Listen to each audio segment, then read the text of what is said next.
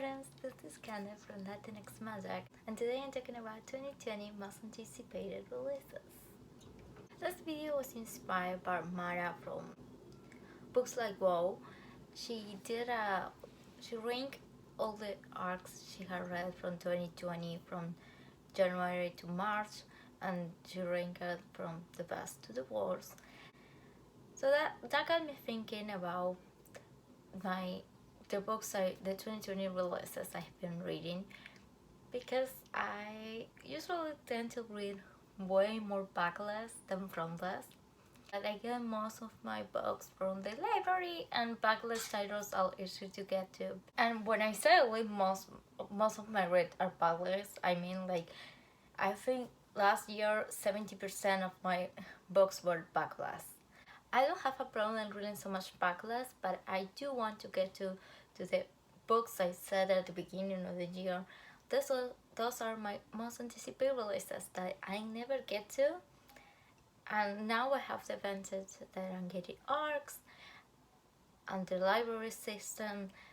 My library is amazing and they do get new books. To encourage myself to actually read the books I said I want to read this year, I want to try to talk about, not ranking, because I don't really rate books, but talk about the books I was anticipating, and then did I read it, what I thought about that. I'm gonna go by order of publication, and if I have a review or a blog post about it, I'm just gonna leave a link down below. I'm gonna start with Woven and Moonlight by Isabel Ibañez. That book is probably one of the disappointing books I have ever in my entire life. Last year I talked about this book so much because it's set in a fantasy-inspired world with Bolivian politics and history and all about revolution and magic. But this book is basura. I wrote a review at the beginning of the year and I thought I was over this book, but I think I'm still angry about it because it's just so... The way this author handled colonization was so bad. It just didn't sit well with me that the enemies are very coded like indigenous, and the way they talked about them, he made a monster language, culture, religion, food. She even complains about that he used too many colors. Girl, come on. Sure, the story is all about unlearning your privilege and trying to do better, and there's a redemption arc. For me, it didn't work. It came too late. Jimena didn't really never apologize to any of the people that insult the entire book. Why people was trying to help her? It was so ridiculous because she was mean. Not even mean. She was such a whiny, disrespectful little girl. I do love anti-heroes. I do love complex characters.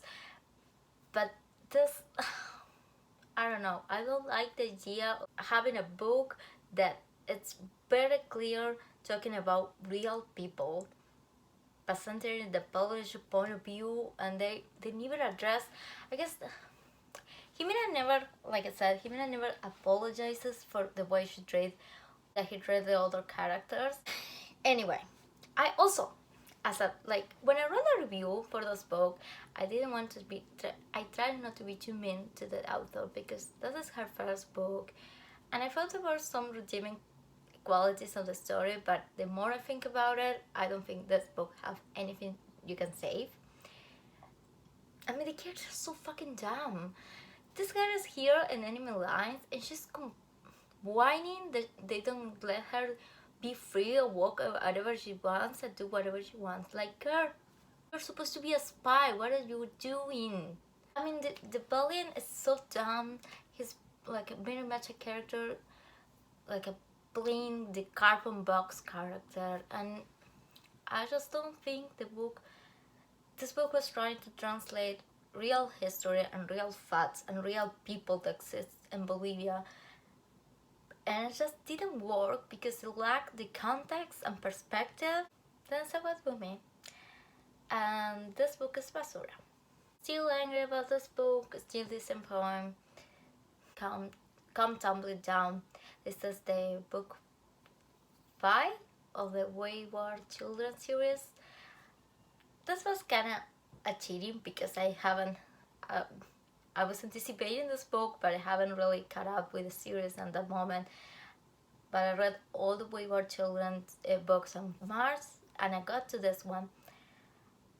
And this book was disappointed too. It's my least favorite of the series. It was okay. I would never say I hate this book or it was a drag. I just think the pacing was kind of strange, and I think the solution of the book was like too easy compared to the other stories, and maybe it was because those are not my favorite characters and I don't really like them more. It was okay. I recently finished a beginning at the end. This is a science fiction book. There was a pandemic, it was kind of flu, 70% of the population died, and now 6 years later we have these 4 characters that they all come together. It's a very character-driven story about family and hope and the family we make and the blood family. I was also disappointed by this one. The plot of this book was I liked until the 60% mark of the story. I do like the characters, and this is a character-driven story, but then, I don't know, the characters were taking this really dumb decisions, and I understand where they're coming from. I think some of the message were lost. I wish the characters have addressed some more of the things that were happening and they were fighting about it. I don't think there was like a good conclusion to that. And the world building was very much confusing, like the events of the things that happened during the pandemic. They were very confusing. The ending was very helpful and I did like it, but there was a part in the story that just ruined it for me. January was really a disappointing month because I also DNF Infinity Sun. I talked about this book in my last video where I was doing reading essays. It was just very confusing. I really didn't like the characters. Oh, I guess I do have one good thing happen for me, and that was the headliners. That's book 5 of the London Celebrity Series. This is a contemporary romance series set in London, following all type of celebrities characters, and it's about 2 TV presenters. They are forced to work together. They are long-time rivals. They're also Nick, the hero. He make like a really bad thing, and the last book that affects Sabrina, the heroine, so she's not like super happy to work with him. But now they are forced to work together in this Christmas show, and they realize soon that there is someone trying to sabotage them. So they have to team up to see to try to figure out what's happening. So the book goes, from rivals to recruiting allies to friends to lovers, which is like perfection. This book, like all of Lucy Parker's, very funny. I really enjoy it. It's my favorite of the series, and I did write a review. I'm not sure if it's gonna be up when I post this video, but I will leave a link down below. I think the author really knows how to handle rivals to lovers and character redemption in a way that feels honest and good and like earned. The romance feels very earned, and I really like this series. Is for me a comfort read. I have loved all of the books in the series and I enjoyed it a lot. This book was great. It was great. Now we move to my February releases. The Worst Best Man. So I love that one. I think I have talked I don't know if I talked about this book here before. I did talk about it on my blog. So I'm sorry, but I feel like I'm not stop gushing about this book. I am in the middle of reading it again. I really enjoy it. Rivals to Lovers, Afro-Brazilian main character. It is fun. It's super sweet. And it's just beautiful. I really love this book. I'm gonna leave my review link down below because I don't want to spend like 10 minutes trying to explain why I love it. Again, a book I was super excited to. It's Indoor Recess. This is LUMBERJANES. I think it's volume 13. It was good. Like, it was kind of, there wasn't much of a plot in this story. I enjoy it anyway. I really like the characters. I really like the world building with magic and maths, and it is like such a fun read. It's one of my comfort reads right now. It was fun to go back to the characters, even if we didn't get like nothing like important happening here. It was okay. It was a really good read. And then downtown, we also have AVANT-GUARDS Volume 2. Also really love the characters, really love the story. There wasn't much of the plot in here, like not really, but the story is just okay and cute and fun, and I really enjoy it. And now it is time for me to cry because we are gonna talk about We Unleash the Merciless Storm. I just love this series so much. This is the sequel of We Set the Dark on Fire, and it follows this time Carmen.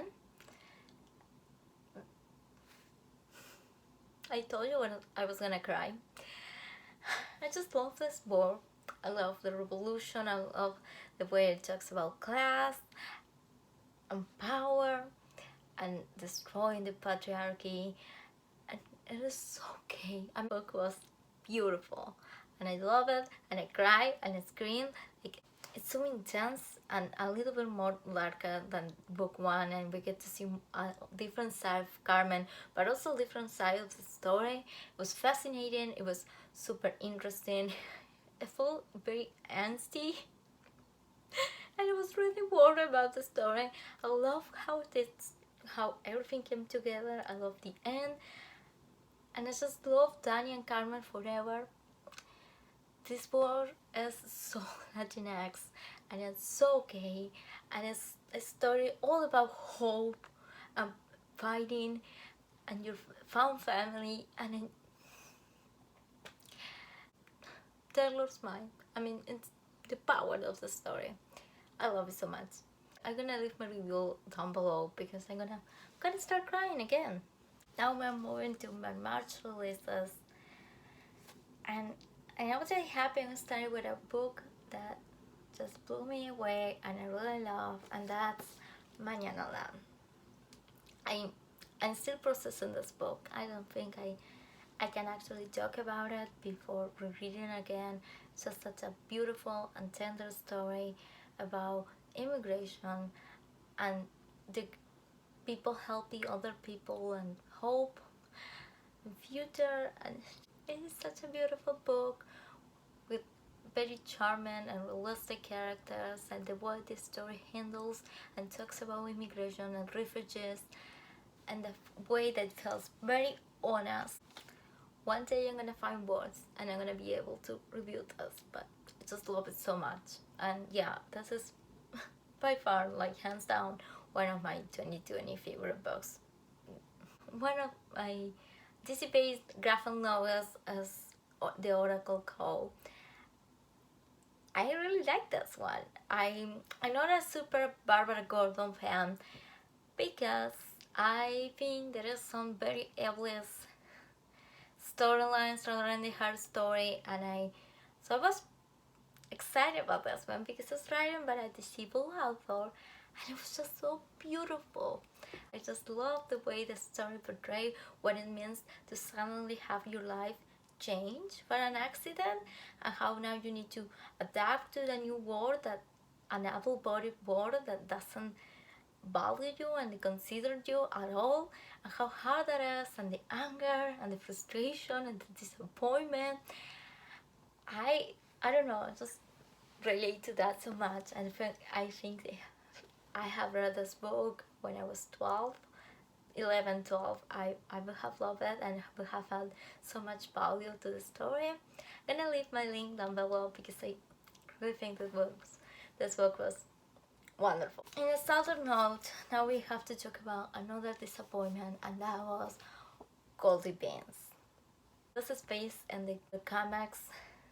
Goldie is like a detective. She works in a hotel. The comics are great. They're super fun. I love the way they handle family and talk about the adventures that Goldie goes through. She's so fierce and loyal, and I mean, there's like a sapphic agreement that's a big part of the comics, and it's beautiful. But although I do think the story translated well to the full-length novel, I mean, I could see this is Goldie. I recognize her, but at the same time, the writing just didn't work for me. It was very like short sentences me out of the story, and I felt disconnected from the characters, and it's just so sad. I mean, the mystery plot was okay. It wasn't like one of my favorites from Goldie, but it was fun to see the characters, I guess.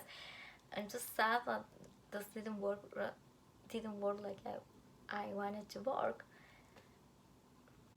Okay friends, that's all the 2020 anticipated releases from February to March I have read so far, and I already have like such a max. Like, I really love some of those books and they're already my favorites, and then I have many disappointments. Hopefully the next months are gonna be better for me. I don't know, this was super fun to film, so maybe I will do it again. I really enjoy it. I hope you do. I hope you enjoy it too, and thank you for watching my video. I will see you in the next. Happy reading. Bye.